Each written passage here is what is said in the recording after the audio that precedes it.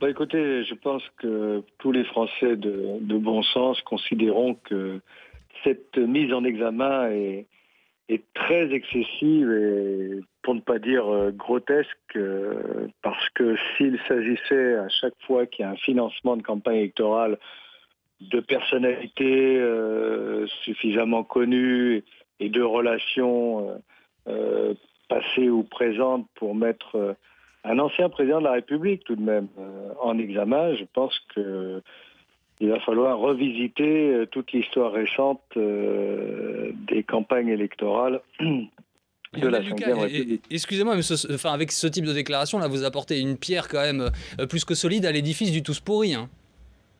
Absolument pas. Je veux dire, connaître des gens et avoir des gens qui ont des sympathies politiques pour vous et qui vous soutiennent, ça n'a rien de tous pourri. Je veux dire, c'est vraiment vouloir placer le projecteur de la politique d'une manière très particulière. En l'occurrence, le maire de Neuilly connaissait bien Madame Bettencourt, donc voilà. De là à faire droit à des témoignages qui valent ce qu'ils valent, ça paraît excessif. Maintenant, comme toujours, la justice suivra son cours, elle prendra son temps largement. En attendant, le mise en examen restera toujours dans l'opprobre de la mise en examen. Et puis un jour mais très lointain, eh bien, on aura un non-lieu.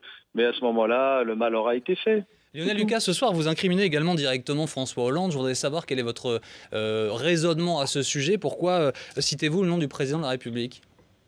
Écoutez, il va de soi que dans le contexte politique de notre pays et surtout de la situation économique, il est bien évident que l'adversaire le plus dangereux pour François Hollande reste l'ancien président de la République à qui il a succédé. Donc, il est évident qu'un certain nombre pourront trouver très utile et très pratique sinon salir, en tout cas essayer de compromettre celui qui est le seul adversaire vraiment crédible pour le moment face au président de la République. Donc disons les choses clairement, Lionel Lucas, parce que, autant poursuivre, ce soir vous nous dites François Hollande n'est en rien étranger à la décision qui a été prise par le juge Gentil. Non, nul ne peut dire une chose pareille, bien évidemment, mais en tout cas, comme dit l'autre, cherchez toujours à qui le crime profite.